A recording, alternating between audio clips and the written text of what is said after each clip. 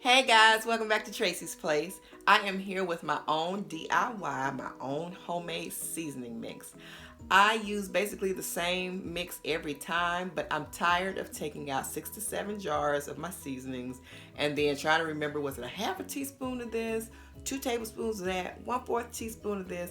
And so I just wanted to have everything in one container, one recipe, so that when I make chicken breasts or the chicken wings or whatever it is that I'm making that I need this seasoning for, I have it, it's very easy, very simple, and it goes very quick. So I'm going to show it to you right now. Stay tuned.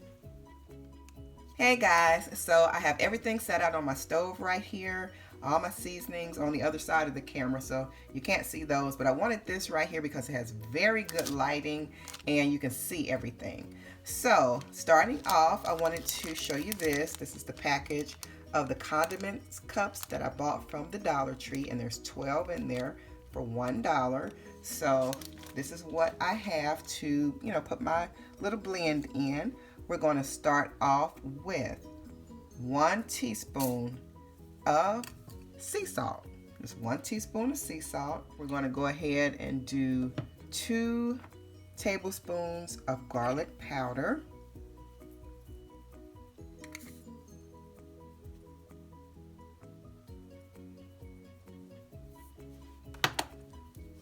Okay, and we're going to go ahead and do 3/4 teaspoon of onion powder.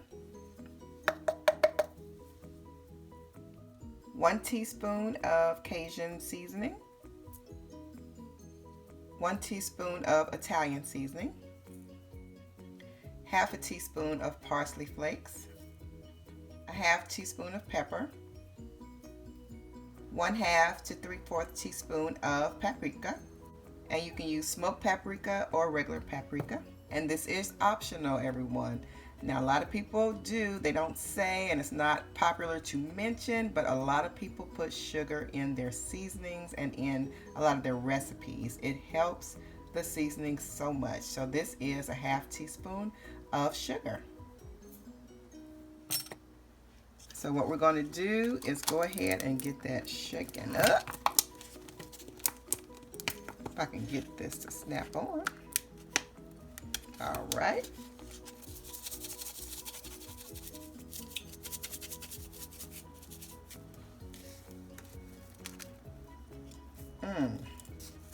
There we go. That looks really, really good.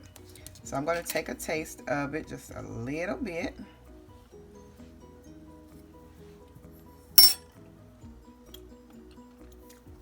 Oh, wow.